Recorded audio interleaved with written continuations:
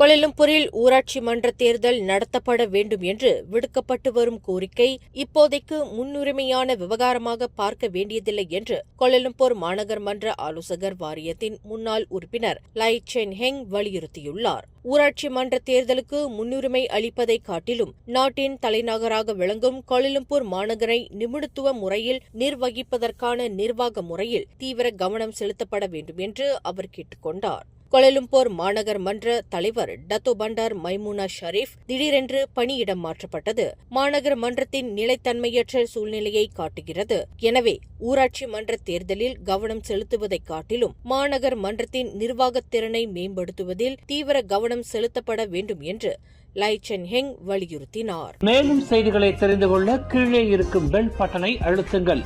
உங்கள் மகிழ்ச்சியை வெளிப்படுத்த லைக் மற்றும் ஷேர் செய்யுங்கள். தொடர்ந்து திசைகளோடு இணைந்திருக்க சப்ஸ்கிரைப் செய்யுங்கள்.